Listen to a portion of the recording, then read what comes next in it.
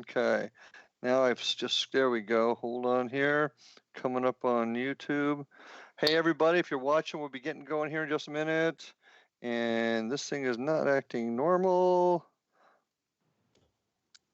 There we go. Because I want to make sure we... What are you actually doing there? Because it looks quite rude.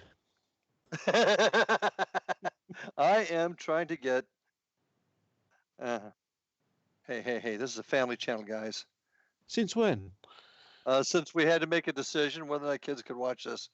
No, kids can't watch this. Well, that's right. So we say whatever we want. We say whatever we want. Kids can't watch this. It's too late for kids. Especially over in your neck of the woods. Exactly. Okay. All right. Upcoming event 1/9. All right. Just tap on it. Okay, we are live. There we go. There we're on there. Now everybody can see us. So, but I do have to turn down the volume. Otherwise, I'll be hearing myself. There we go. Volume is off. All right. 7 o'clock. You ready to kick this off, old friend? What, 7 o'clock? It's not 7 o'clock. Well, I'm sorry. It's midnight for you. 7 o'clock for me. Okay. So, Ryan, we ready? All right. I'll give a bit more light here. Yes, I don't see anybody out there just yet, but hopefully don't worry about it. Don't worry about life. Don't worry about it. That's where I got to be. Anyway, welcome, folks. It's us, the gang from Indian River Hauntings, and we are on the air with Indian River Hauntings. Welcome back. We've taken a couple weeks off for the holidays, but now we're back and refreshed. And you'll notice Chris there is looking chipper as ever. He's over his sickness, right? You pretty much over being sick? I'm not being sick anymore. I'm still feeling weak, but yeah. Yeah, but you're starting to feel normal again. Well, Well, let's not go that far. Yeah, we've already determined you're not normal. But anyway, yeah. Welcome back, folks. I'm your host, Larry Lawson, and I'm with my co-host and good friend, Chris Huff, up there in Devon. Devon. Devon's down there. I know. Durham, County Durham, England, up in the northeast part. We're getting there. Yeah, we're getting there.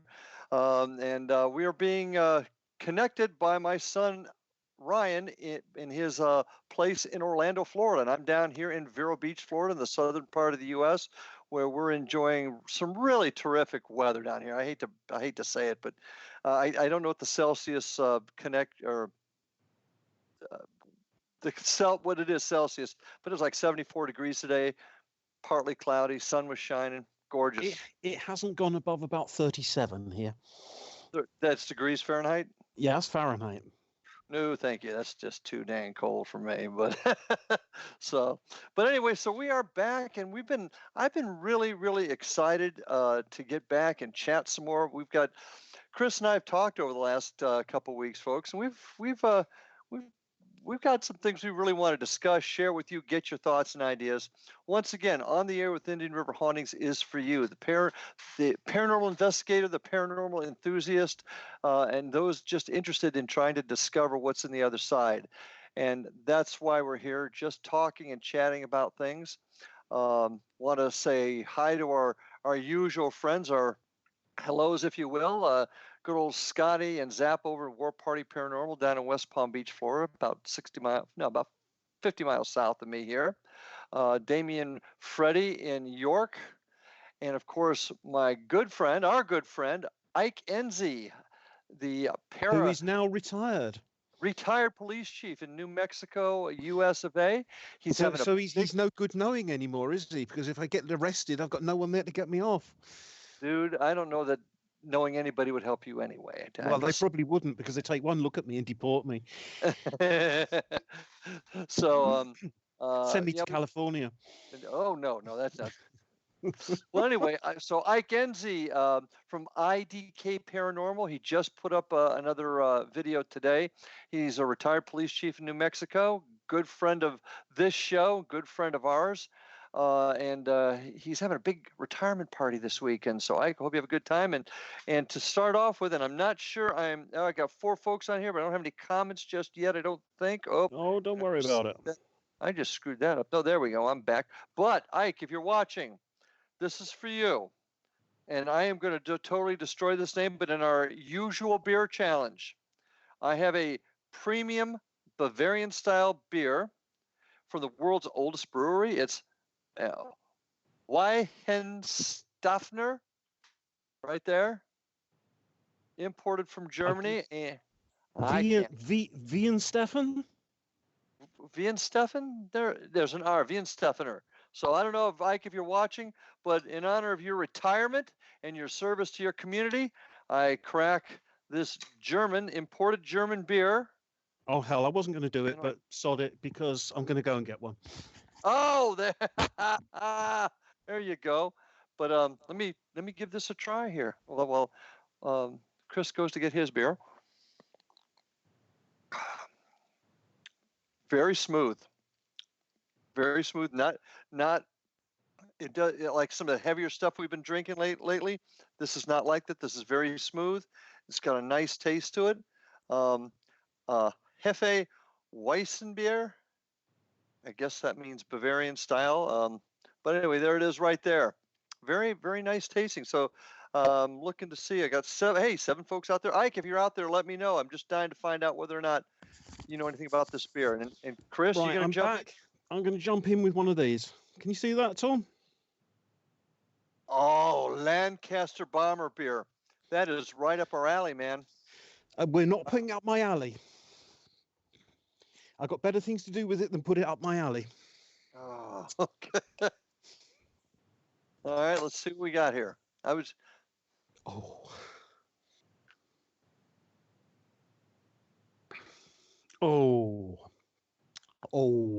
Talk to me. Oh, it's like being hit around the head with a brick wrapped in silk. Interesting description. It's malty, and it's fruity, and it's nice. How come you did not introduce that to me while I was over there this last summer? Because they don't sell it in pubs by and large. Oh. You okay. What'd you say, Ryan? Did you say something, Ryan? No, can't hear you at all. You have to turn your volume up a little bit. All right. Okay. So anyway, Lancaster Bomber beer. Where's it made out of? Thwaites. It's made out of hops and malt. Well, where? I'm sorry, where? Where? Over in Lancaster. Okay. Which is a town on the other side of the country. Mm-hmm. You know, sort of level with Yorkish, sort of, and over the other side of the country. Okay. And this is really good, and I'll have a bottle of this on standby for you when you come over. Outstanding. Okay. Or two. Because you can't judge it on the first one. You've got to have two. Okay. Because you mellow into it, and then the second one you just say that's really good. No, I'm not able to see the chat at all. What's happening there? Yeah, but I can't. Why carry on regardless. Don't worry about it. No, I mean I want to be able to see it if folks are talking to us. Well, you only want to see what they're saying about you. That's the only thing. Okay. I got comments up here, Ryan, but I'm not seeing anything come up. It says Indian River Hauntings, streaming, category, and comments, and then it has from different other YouTube shows. So let me see if I'm not on the live stream. Yes, I can see them. Yeah. I'm going to get out of it. Hold on. I'm going to get out of it. Hang in there, folks. We want to do this right. We want to make sure we, I know Chris is saying, really? Just chill. No, just relax. Life's too short. Life's too short. What's it matter? Yeah. Uh-huh. Right.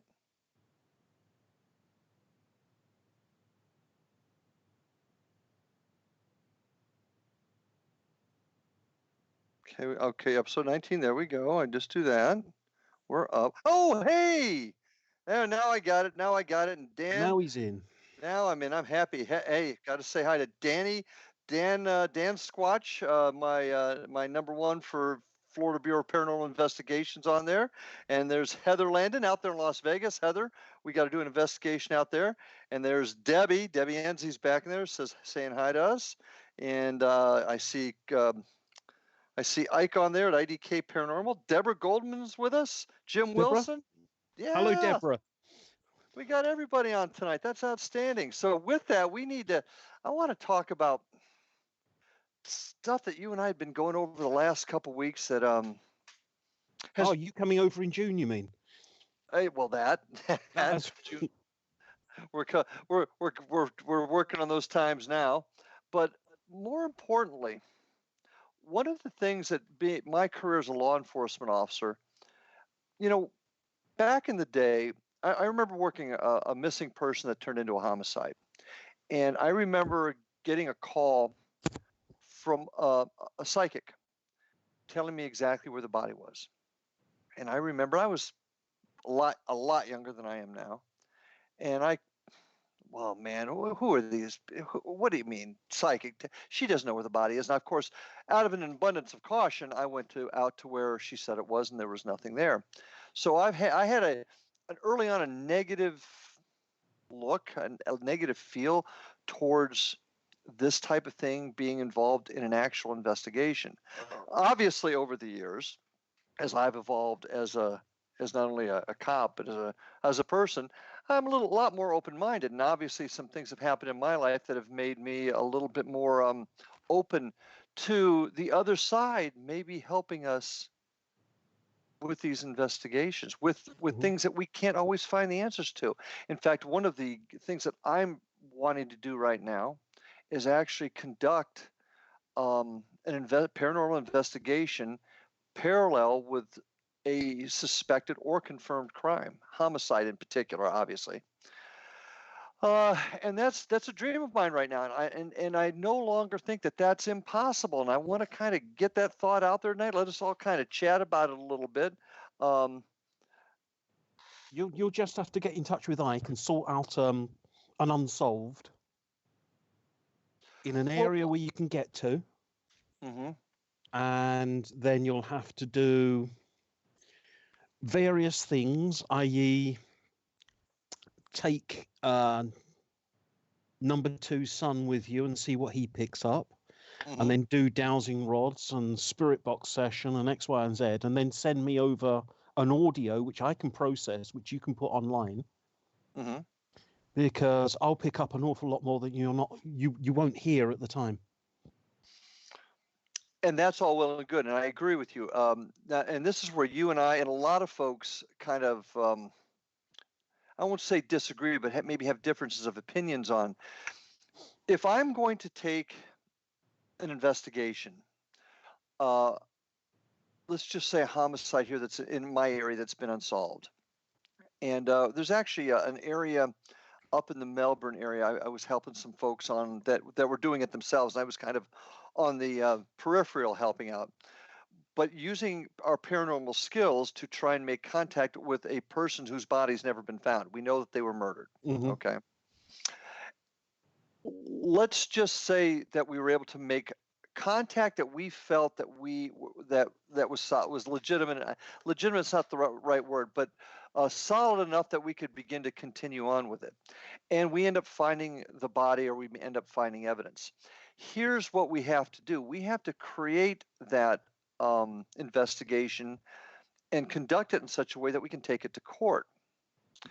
And that includes anything that somebody like me says is not admissible in court.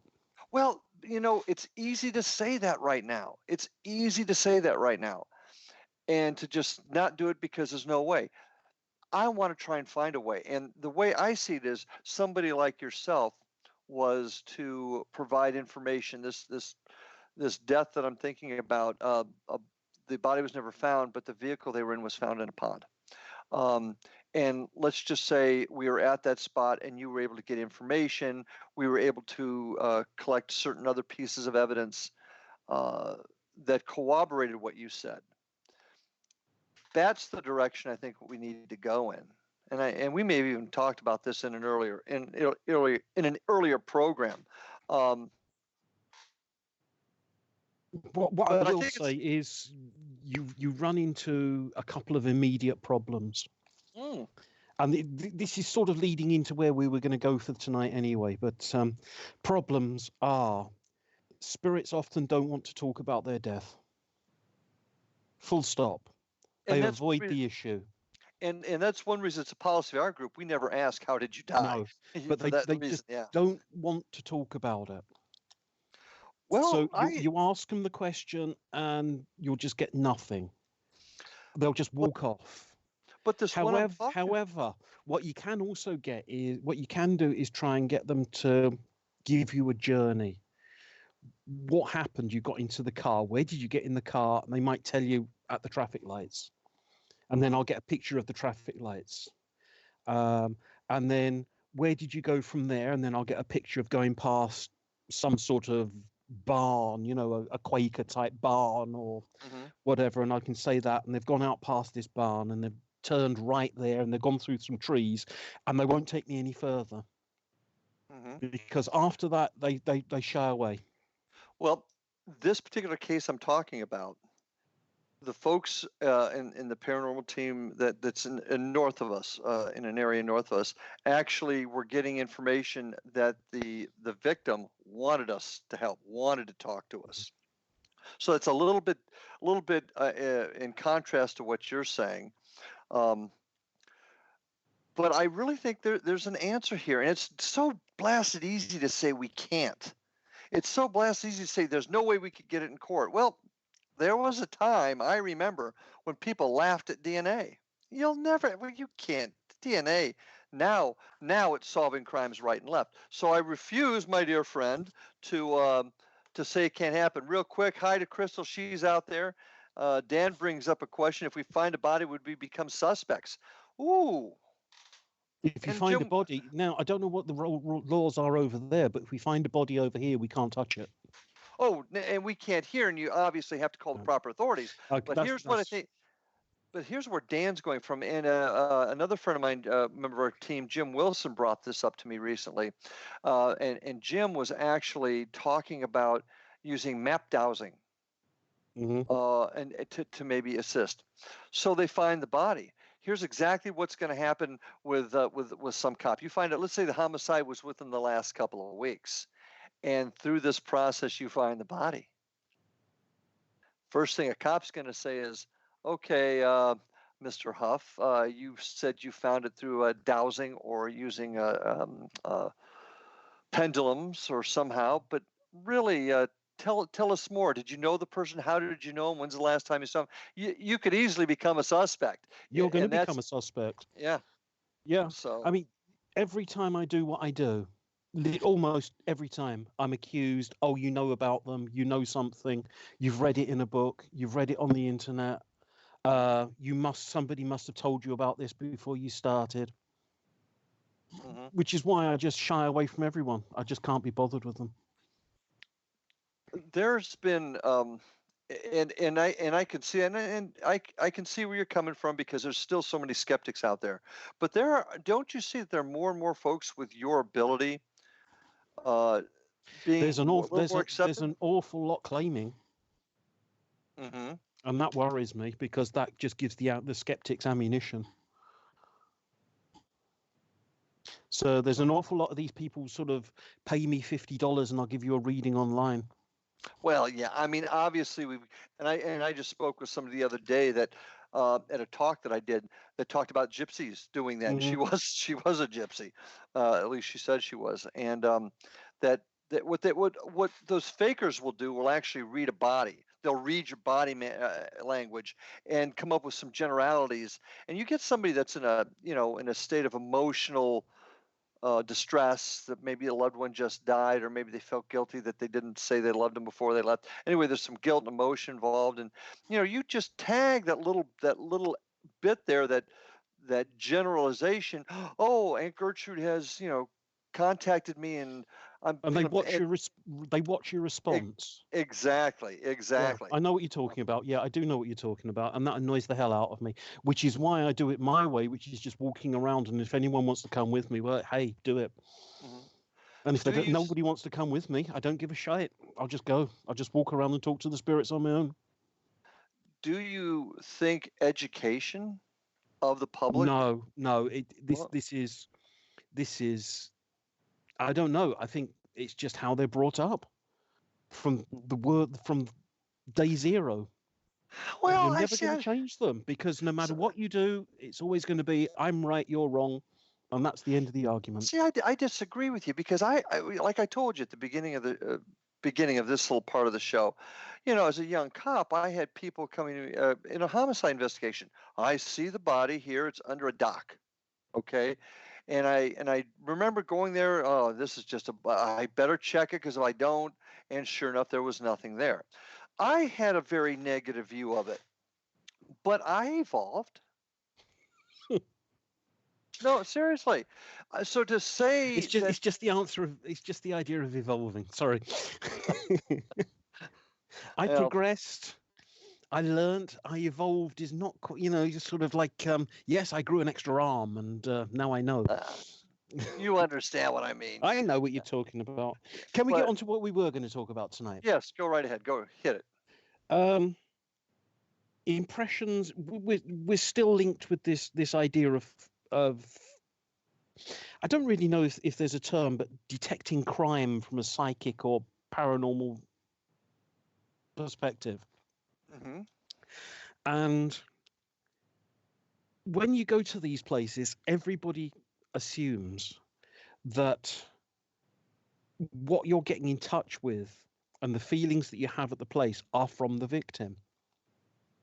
Okay. And I'll agree in some places it is the victim, especially if you're feeling fear and a great heightened emotional state. Other places, you just go there and all you're picking up on is some form of great negativity. Oh, excuse me. And I've been wondering for a long while now if some of these places where historical murders have taken place, you're not just picking up on the victim, but you're actually picking up as well, or you are picking up on the perpetrator of the crime. Because there, Well, the next part comes back to your Purdue, which is serial killers go back to the scene of their crimes. absolutely, absolutely, and that's a tenet of their activity. They will the and I don't want to go into too much of it because a lot of this stuff is stuff that we use in law enforcement, but that crime is perpetuated in fantasy, and that In fact, fantasy has they remember it, they fantasize have about to it, they remember it. recreate it in Exactly, their mind.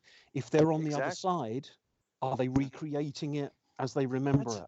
and that's a really interesting point. I mean that emotional that emotional psychological drive to commit that act is so strong. So, we talk about the energy of those that have passed before us staying. Hey, we talk about grumpy ghosts being grumpy because they were grumpy in life.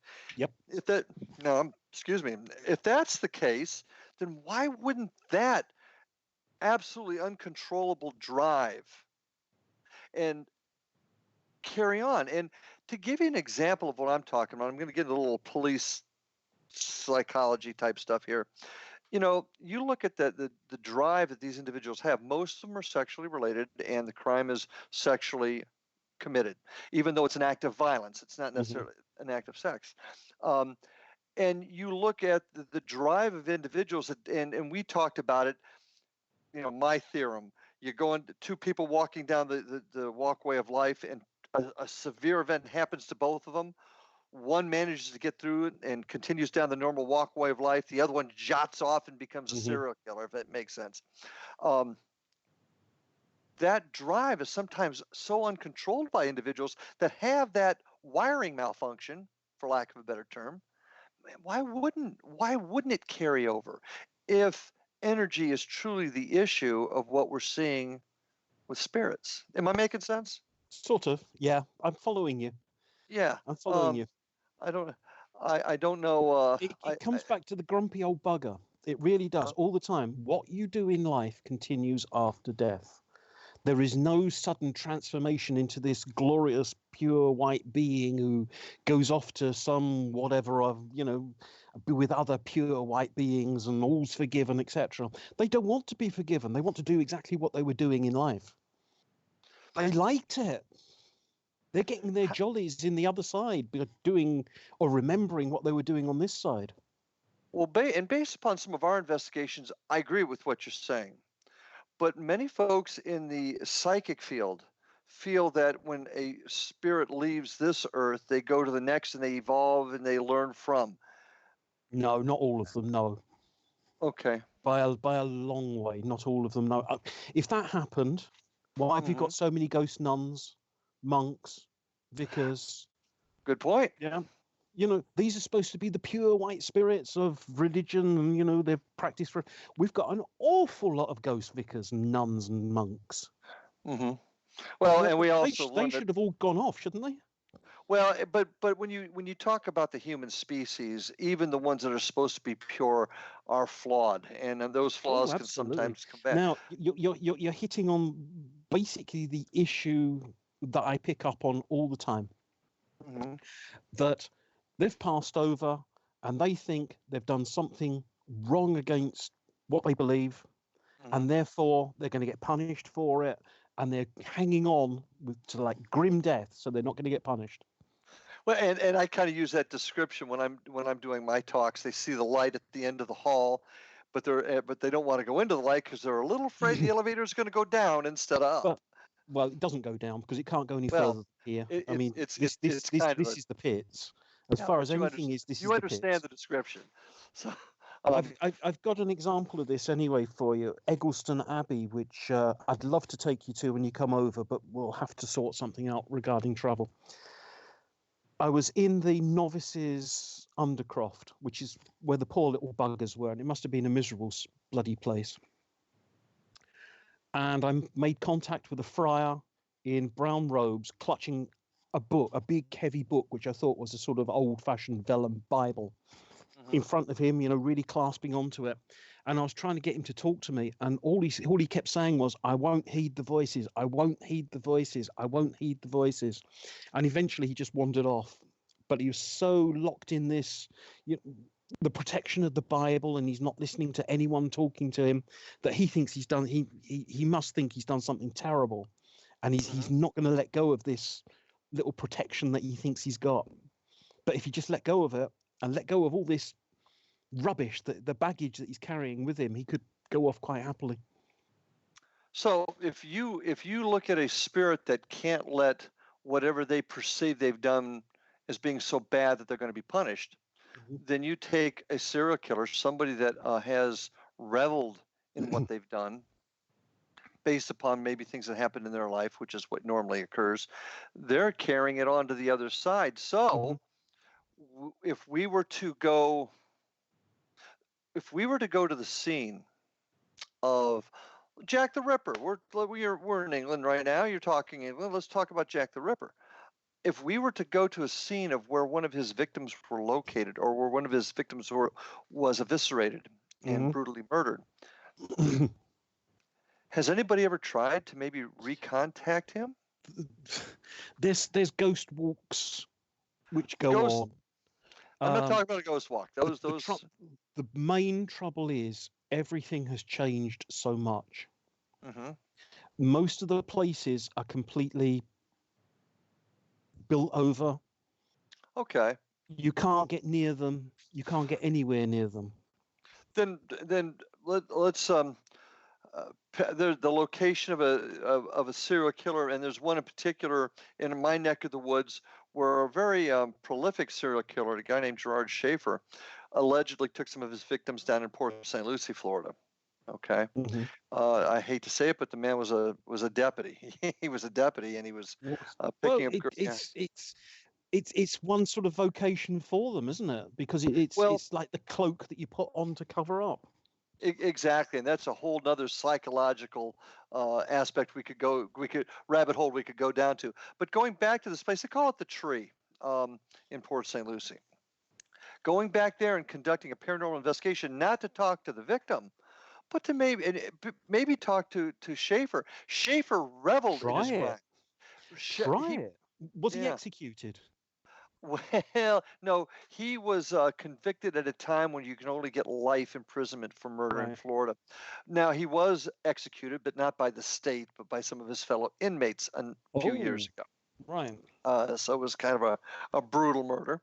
Um, excuse me. It might be worth going there and conducting a session. See if anything happens. And there's a spot here in Indian River County where it was a guy said he did it in self-defense, a place that we call Cremation Point, and a guy named Barbecue Charlie, Yeah, you Jim and told me Daniel. about that. Yeah. Yeah, yeah. I mean, that's a place that we're actually setting up to go and investigate to just see if we can make any kind. There's never been any indication there's a haunting there, but we're wanting to go back to that spot just to see if we can make contact with that residual energy, that emotion that's still there. And I just want to make a point real quick. If there's any you guys out there, you got any questions or thoughts, please chat in so I can bring them up on our my pad here, and we can talk about your points of views or your questions. Now, talking about on the other part of the serial killer, Hmm. often you'll hear them say the voices made them do it. They're hearing And the voices. Son of Sam talked about that The in voices. particular. He heard a dog talking to him, for Yeah. example. Yeah, yes, okay. Are they hearing voices? I hear voices. I hear There's voices telling me to do all sorts of things when I'm out at ruins. I don't do them because I know the voices are not necessarily trying to lead me into good ways. Mhm. Because some of them just malicious buggers. Others, you hear them, they're actually sort of saying things like "mind that step" and X, Y, and Z, and then you listen to those, and others are sort of saying, "Why don't you jump off the roof?" Mhm. So, are these people who say they hear voices? Are they hearing voices? Have they got spirits latched onto them? There's a current TV show here in America that I've only watched one episode of, but it looks incredibly fascinating. Um, that actually deals with that issue, talks about that a little bit. Are the voices are the voices really Are they their voices? psychological? Yeah, or is it something else trying to contact them? Um, let's see. I just got Heather Landon out in Las Vegas. We recently investigated a known mob hangout and received evidence from both victims and their killers. So Thank here, you. That's lovely. yeah, that's a great example. Heather, specific any specific information that told you were talking to a victim as opposed to a suspect? I'd really like to hear that. But I think that I think we kind of hit on something here, something that we've often forgot about. I remember when, for example, it was one of the early ghost hunter episodes, and it was the first time anybody had gone. I don't know if you're familiar with this. This is an American event, the Sharon Tate murders and I Charlie know about Manson. I know Okay, about Charlie Manson. okay. Well, when they went out to Charlie Manson's residence, I'm sorry, the Tate residence where the Hmm. murder occurred in Beverly Hills, they spent all kinds of time trying to make contact with the victims. Hmm. And to my recollection, not once did they try to. Now, of course, at that point when they did it, Manson was still alive, but there were still other members of this Well, group it that had it passed wasn't passed it away. wasn't Manson who did it. No, no, no, no, no. But what I'm saying, but that doesn't mean Manson wouldn't have been there. We Manson don't. or, Yeah, but Manson sort of said go there. yeah, but what I'm But getting at is as far as I can tell, it was sort of Tex who it, was it was doing the Tex that real did it. problem. Yeah, Yeah. Tex and two. But my point being is that emotional attachment Manson, and maybe not even Manson, but Tex or the other two, Oh yeah. because Tex, they didn't even try to make contact with them. And had they, maybe they would have gotten a better handle on what that evil was running through the place. Hmm. And my memory of the show is a little bit vague, but I think it was. I think it's a good example of we're so fixated on talking to the victims. What happened to you? Tell me how. We forgot. Hey, talk to the bad guy and get him to say, "Oh yes, and I loved it," and all I just loved it, stupid things. and all the blood and all the pain, Right. and it made me feel wonderful and brilliant. And And you know what? We talk about trigger objects, and Uh-huh. during our investigations, these types of criminals, these types of murderers, take souvenirs. Absolutely. Man, what a powerful trigger object that would be to have But a souvenir. that brings me on to another point. Okay. People who go to bazaars, antique shops, X, Y, and Z, and they come back home with their secondhand stuff, and they don't know where it's been, where it's come from, what associations it's got with it. Mm-hmm. And then there's Yeah. people who Attachments. collect gruesome memorabilia. John Zaffis in Connecticut. I don't know if you're familiar with John Zaffis, but he's the nephew of Ed and Lorraine Warren. Now, regardless, Right. and he collects these things. He actually has a museum, and of course, there's that other gentleman that has a current TV show that has a museum in the Las Vegas area. That collects them and has had some of the stuff on his shows. Yeah, those attachments, and you got to wonder how people that are collecting stuff that they know has something attached to it, how they protect themselves from it. No idea. Yeah, I don't. They're just sort of like people who play with Ouija boards. They're putting one bullet in the chamber and rotating the cylinder. Yeah, I'm not a big Ouija board fan. I know, but Heather just came in here. I asked her what sort of stuff she had in Las Vegas at this mob hangout. We were led around the room and we're told to stop by the spirit box at one point, and we're told there was a body below. We asked who it was, and it replied me. So there's a victim. Okay, so in other words, the victim was identifying where they were at. Then in another room during an EVP session, Heather's crew asked how victims were killed, and the response was, "I used an axe." Yeah. So they're the now here's an interesting question. If you've got both victims and suspects there, how are they interacting on the other side? Now that is interesting. Yeah. Now, I can't answer it. Richmond Castle, which I can take you down to easily because it's on the main bus route. Right. When you come over here, we'll go down on the second floor. It is the second floor, but it seems like the first floor, but there's a sort of basement floor, first floor. And this is the second floor. And there's a big, long, straight staircase up to the second floor. I was exiting from doing various things of the day. And as I got halfway down the stairs, I turned around because something, that feeling, something's happening. I've got to turn around and look. You know what happened in the control tower? Something's next to me. I knew all about it, but I had to turn around. And then in spirit, I saw a big man, something like my size, a big man, grabbed by two smaller men, one on either side, at the top of the stairs. And a third man came up with a dagger and straight into his right side. And then he went tumbling down the stairs. It was an assassination. Now, I haven't been able to find any details of it, but it was so graphic. Well, you also have talked to me, and you may even, I think you've even mentioned on the show before, a vision that you had of a young woman who may have been living on the shadier side of life. Not just a vision. She hung around for about 4 weeks. Okay, but talked about being murdered, and this is where I'm at. And you mentioned it was in the mining area of England, and that leads to a whole nother question of folks that get these visions of a crime. How do we unravel it?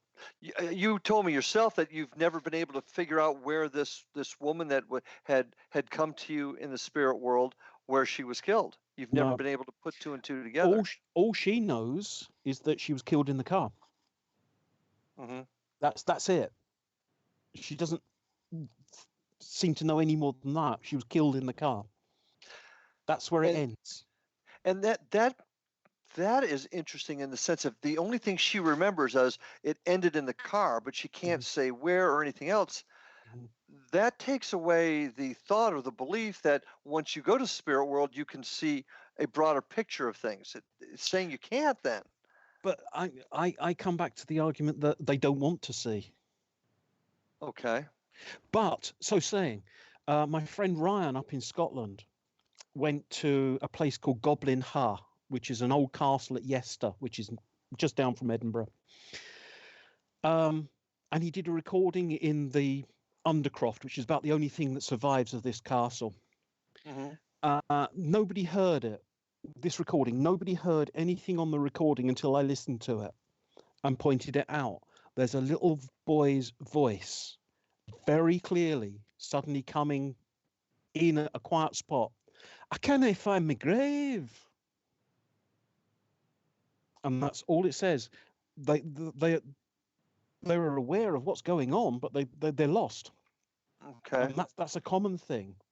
And they don't have the ability to step back and look into what happened to them where they just don't have. That's interesting. It's there's a lot of emotion Hmm. of the spirits who are still wrapped into the earth, what we call earthbound, whatever. Okay.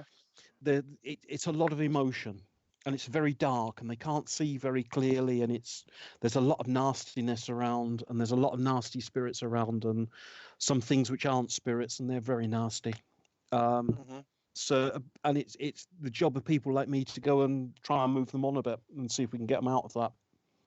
Once you move them on, Mm-hmm. let's say you found a person that was murdered, and they're stuck here for whatever reason. This young lady we had talked about, for example, and you move them on.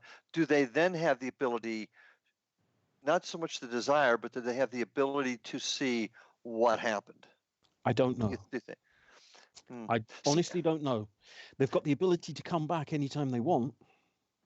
okay, and I've had several investigations here where the contact we have said exactly that. They come back and forth between Yeah. what we perceive as having. Whether it all comes back to, do they want to see? Is it too painful to see? It's like if we've got a painful thing in our past, we shut it out. It's gone. It's still there, but as soon as you go near it, you just shut it. I'm getting a little far field here, but stick with me for a second. Do you believe in reincarnation?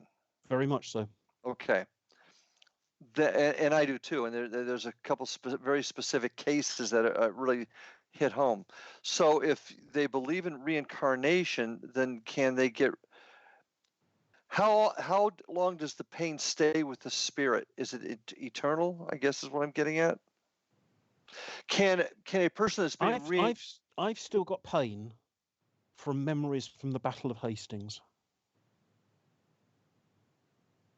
Okay. Which is one of my I've told you about some of the things. I've still got pain. Oh, I've got outrage from getting executed by the Gestapo in the Second World War. Outrage! How dare you? So okay.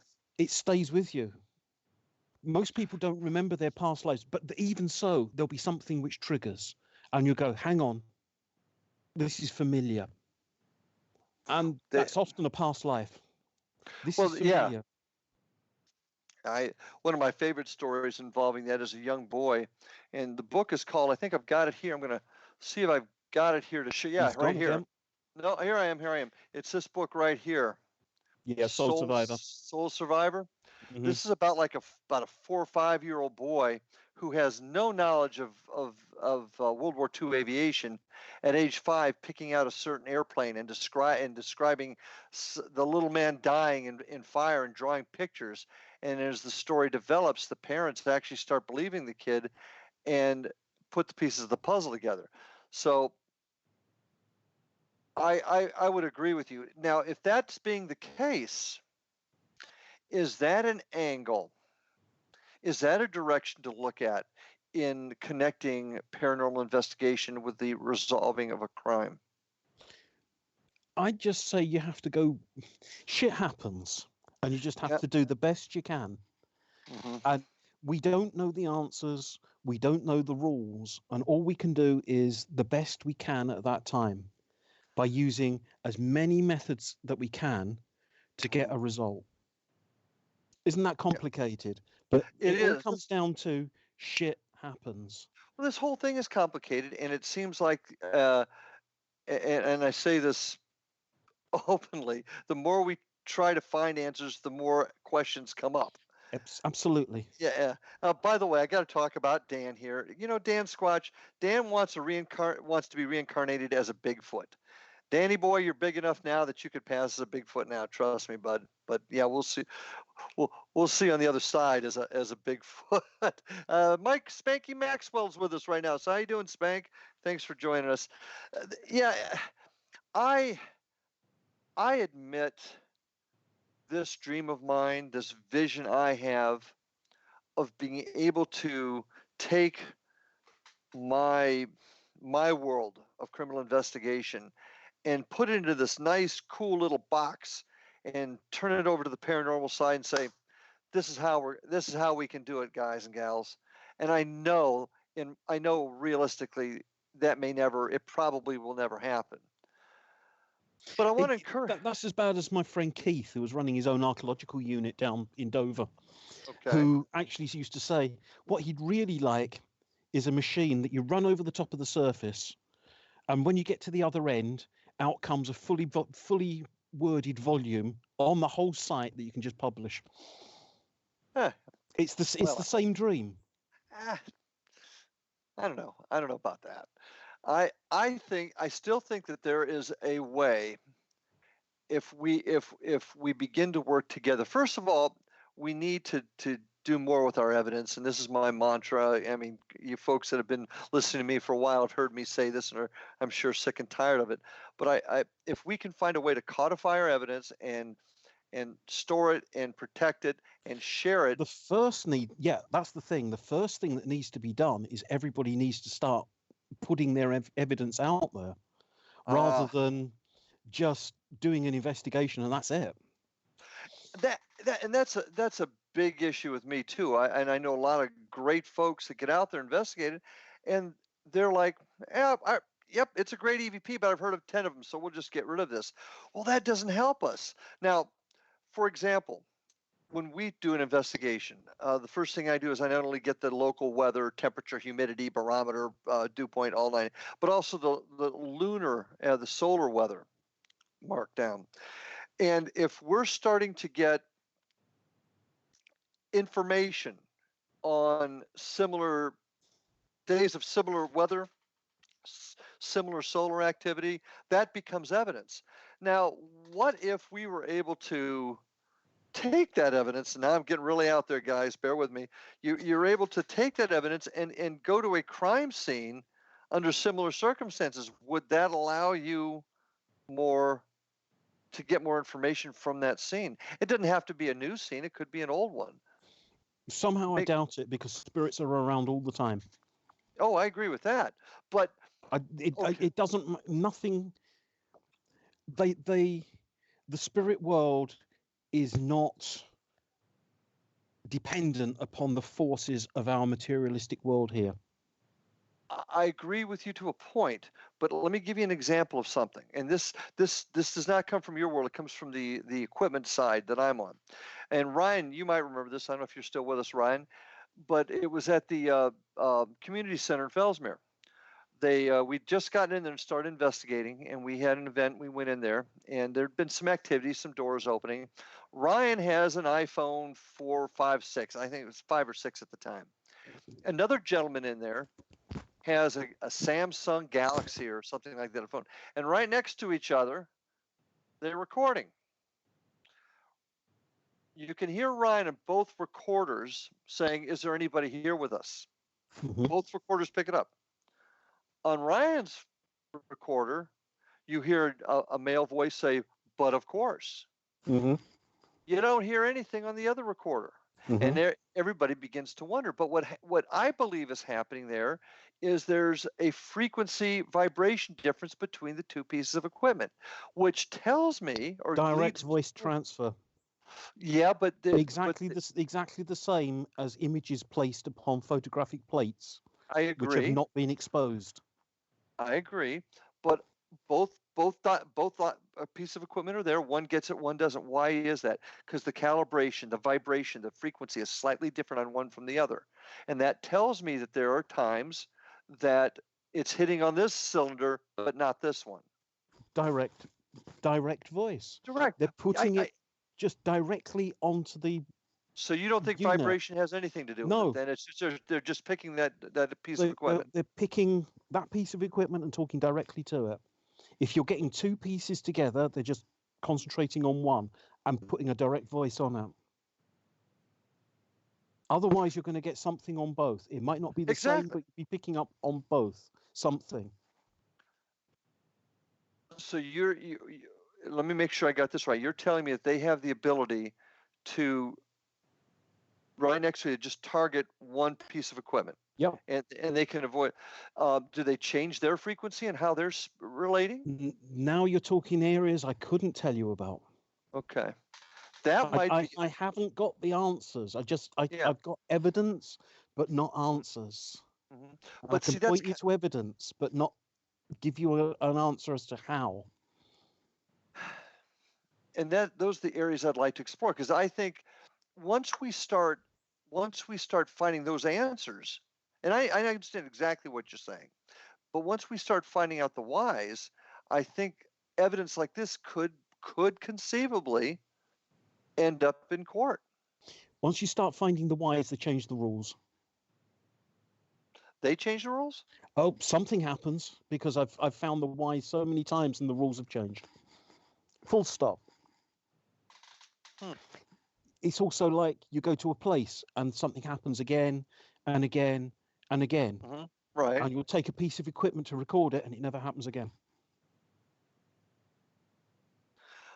I can see that. I can see it, and I discuss that a lot with folks, that if these are the essence of those that have gone before us, they retain their human personalities. They're not circus animals. They're not circus animals. But you've seen what I'm like when I'm walking around.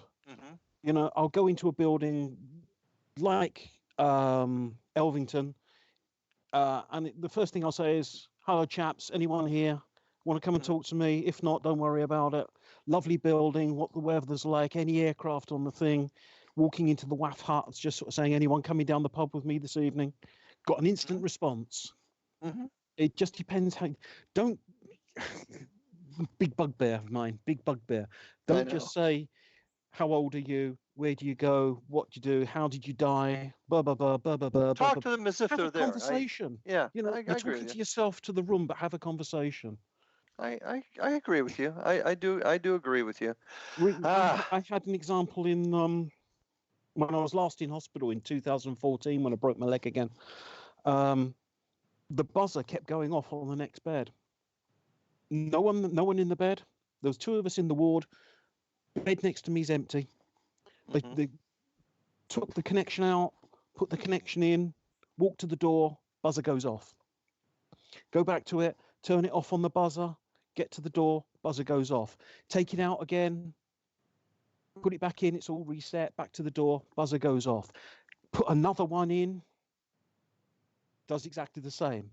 Do you know what stopped it? What? Me saying aloud, "Come on, chaps, stop being silly buggers." Didn't ever happen again.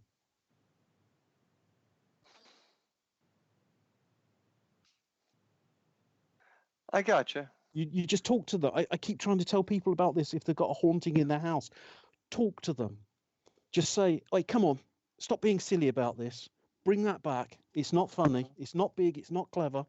And by the way, if you've got a $5 or $5 or $5 or $10, I could do with that as well if you got one." Talk to them. And honestly, it stops hauntings. Okay. I want to get back for a minute to the crime angle again. Sorry, yeah, we've gone off again. Yeah. Well, I want to. Not really. How can we use these thoughts? And once again, I recognize the fact that we've got to come up with a way to preserve evidence and for it to actually help us solve a crime. We have to. And that's one thing that a lot of people disagree with me on, but we have to come up with a way to codify evidence to take it into court. But using what you're talking about, how we talk to the other side, maybe their essence, the essence of the suspect coming back because they revel in the crime. What can we do to help clarify this and be able to? And I'd love to hear from folks out there. Ike, I haven't heard anything from you yet. And, you're being an old cop. I'd love to hear what you think about it. What can we do? Not so much of the old. He'll turn the tables. Okay, you know what I mean. Um, what can we do from your side? Because let's face it, if we're going to get somebody telling us where to look, it's not going to be through somebody like me. It's going to be through somebody like you. What can we do? The way I see it is you give me information and I'm able to corroborate it with things I can put my hands on here. That's how I see it. The only evidence you could possibly get is if there's something still lurking. If there's a button, if there's a necklace, if there's something Okay. like this, and they'll tell me, have a look under the tree root because he buried my knickers there or something. Okay. And then what would happen there is we'd find that button. That's the evidence. That's what you need. Okay. But here's where it goes, at least in this country. I can't necessarily speak for what happens over there. So we find the button. Detective Lawson, how did you find this button? Well, I was working with a psychic, Chris Huff, who received information that the button was underneath this root. We dug, we found it. We found evidence of DNA on it. It tested and it came back positive to the victim. Okay. But then you're also going to have to do things like videotape the whole thing from absolutely unbroken ground to dig, to find, to extricate, to make sure that you didn't touch it. You picked it up with forceps and you put it into. Yep. The whole thing's got to be documented. Well, and here's the kicker, and Dan just brought this up, and he thinks it all depends on the attitude of the police or judge for acceptance, and I agree with that. That's what I keep saying. But it's all in how it's handled, and that's what I'm saying. Present somebody with your gift is presented in court. You're put up there by the prosecutor, asked a bunch of questions. Not you necessarily. I know you wouldn't, but this is what I'm saying. What would have to happen, and that the credibility built by that witness would go a long way in the attitude of the judge in accepting the evidence. Now, that brings you back to the trial of Helen Duncan. Okay, go ahead. Helen Duncan was the last person to be tried under the Witchcraft Act in this country because she was telling people about a battleship which had just been sunk with a great loss of life, and they wanted to silence her. Mm-hmm. Okay, I got somebody coming out to visit right now. Yeah. And they went there. I don't know who it was, but they came out and went back in when they heard me talking. So she was tried in court, and she said, I will give a demonstration of what I can do. Mm-hmm. And the judge ruled not admissible. So how could she defend herself? Well, that was what, 16 something? No, that was 1942. Oh, really? Okay. Yeah, in the war. And why was she being tried? Because she told people about a battleship which had sunk with a great loss of life, HMS Barham. Okay, and literally, when she told people about it, it had just been sunk. Why was she being tried, though? Because she was giving away official secrets. Oh, gotcha. Okay, so they say they didn't believe her because she knew about it, was claiming it was the other side that told her. I got It was the other side that told her. Well, yeah. Because it hadn't been announced anywhere because nobody knew until later that the ship had been sunk. But she was telling during one of her seances that the ship had been sunk. Interesting. Well, once again, that's 1940. She wasn't allowed to present evidence in court. Okay. And that was in England in what, 42, 43, you said? 1942, I think. 1942. Once again, I believe that the way we present evidence to the court goes a long way. I don't know how this evidence was presented. If it was just her presenting it, if her solicitor. No, the barrister was all for it. The barrister was pushing the judge to allow it. Okay. But they wouldn't allow it because the prosecution was so anti-spiritualism, anti-mediums, and the judge with his upbringing, shall we say, or his point of view was anti-mediums and anti-spiritualist. And that is something that you're going to get all the way through. You're going to get judges who are against it. You're going to get the jury who's against it. You're going to get the prosecution who's against it. You might Well, even get your your defending barrister against it. Do you have well, you know barristers what? out there? Well, they're attorney. We call them lawyers and Attorneys. attorneys. We don't use it. But here's the kicker. We've seen, and I've seen it personally in cases of rape where the judge has basically admonished the victim for dressing a certain way or being in the Hmm. wrong place at the wrong time. So we've got those prejudices throughout the system. Ike brings something up here. Many cops act on a hunch, and many crimes have been solved on that. Hunch is a sixth sense. Excuse me. Hunch is a sixth sense that is paranormal. That is, I'm not sure what you mean here, Ike. But I think what you're trying to say is, isn't the sixth sense a hunch, something that's paranormal? And I agree. And but it's become commonly accepted that cops get a gut feeling. Hmm. If that's commonly accepted, then I think by presenting it a certain way, we've got a better chance now than we've ever had in history. We've got a better chance now But of getting back to convincing. your gut feeling, is your gut feeling admissible in court? So how It did you can. catch him? Well, I had a Oh, gut feeling. I'll give you a classic example. Um, this is probably 35 years ago. I was reviewing a case with a young detective in the city, and he was writing a report about how he caught a gun in a car. And he talked about seeing two individuals walk away. They were acting in a strange way that caught his attention. And based upon his training and experience, he felt that there was something suspicious in their actions. That's essentially a hunch. Right. And with that, he was able to describe, based on his training and experience, what he had seen, followed them to the car, questioned them, saw the butt of the gun underneath the seat, arrested same for possession of a concealed weapon.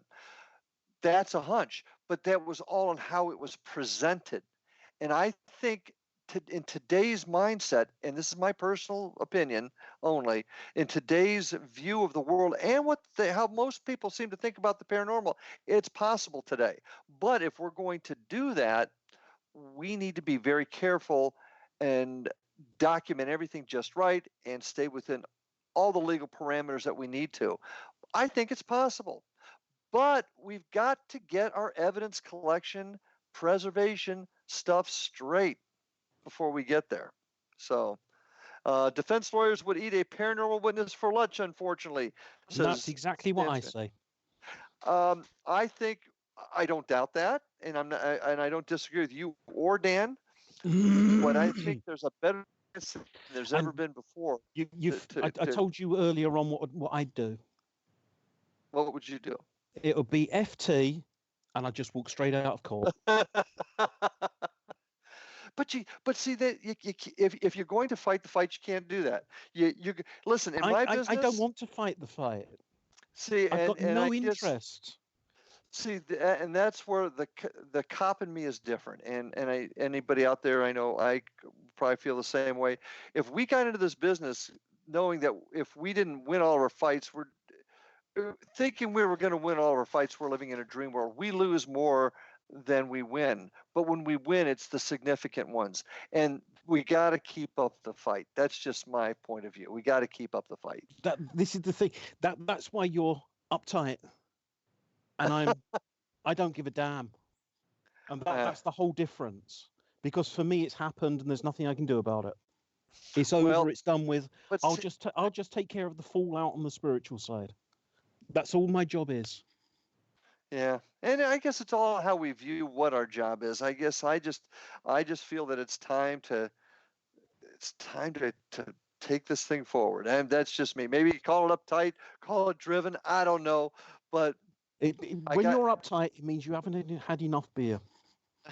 It's as Well, simple as that. Because I've seen you after 4 pints, and you're quite mellow. well, with that, it's time for all of us to get mellow because we're out of time, my friend. We have We really. certainly. We've It's 1 o'clock in the morning. Oh, quit your whining. Mellow Ah. out a little bit. Quit being so tight. Oh. Right. With that, The next one we have you on at 12 o'clock at night. I'll do it. I'll do it for you. What time does that make? 5 o'clock in the morning? No, Yeah, we'll have it at 7 o'clock in the morning over here and 2 in the morning for you. Oh, okay. Well, you actually did that for me one time, when I was doing my other radio show. But folks, we've run out of Hey, time hey, tonight. that wasn't me. That was you. I just went along with what you said. What whoever said. Well, we got to call it quits tonight because we've run out of time. But folks, I thank all of you for joining us. Oh, by the way, Heather, the name of your group. Can you type, if you're still with me? Can you type that in real quick? The name of your group in Las Vegas, because I want to mention that real quick before we go off the air. But folks, the show's for you. Chris and I get on here. We just talk, as you can tell. We just kind of go wherever spirit leads us, so to speak. But we're doing this to get all of us talking, to start sharing, gain some camaraderie, and start to build this field with folks that give a damn. And that's why you're here, and we appreciate it. Well, Spanky said he'd watch at 2 a.m., so thank you, Spanky. But come back. Okay. Sin City Paranormal. Shout out to my friends at Sin City Paranormal in Las Vegas. My good friend Heather Landon. Good to see Heather again, and we're looking forward for when you come back. When you come back to visit the folks here in Florida, we'll get you out to Fellsmere and take you to investigation there. But folks, we're gonna when we See, come back I'm next week. getting discriminated against here. Definitely. Well, that's because you're Everyone else English. gets an invite out there. I don't. I am publicly inviting you right now. I Hop on haven't the got the plane and money. come on. I haven't got Okay. the money. Okay. All right. At any rate, folks, thanks for I've joining barely us. got the money to come and see you in Durham. You live in Durham. Exactly. Okay. Um, at any rate, next week I've already got some thoughts. We may be talking about the demon thing next week. What do you think? We can do that. We Yeah, can I do think we that. need. I've had one or two run-ins. Okay, folks, join us next week. We're gonna talk a little bit about demons. I appreciate you joining us tonight. Remember, if you like the show, hit like, hit the little bell on there, and hit subscribe. Let's get those subscriptions up. Share this with other folks. The more folks that we have online, the more we can talk about what's on your mind, questions that you have. If you have questions, thoughts, or comments, you can get a hold of me at ghostguy59, all lowercase, ghostguy59 at gmail.com. Get a hold of me there, and we'll bring your questions up on the air. If you some topic you'd like to hear, somebody you'd like to see us bring on the show, because we've done that, haven't we, Chris? You have, yeah. Well, You've grabbed Ike on the show. It was brilliant. It's he much was good, wasn't he? much better than me. You ought to have him on more Stop often. it. Stop. Yeah, well, we'll get him back on. He's retired now. He can do that. But get a hold of us. Let us know what you want. I want this to grow so that we can build a community of folks that have the same vision, the same direction. Doesn't mean we got to agree. Doesn't mean we all take the same route, but we all have the same vision to find out what actually exists on the other side. So thanks for joining us tonight. Appreciate it. Thank you, Chris. Thank you, Ryan, up in Orlando. And until next week, folks, we'll see all of you on the other side. Have a good night.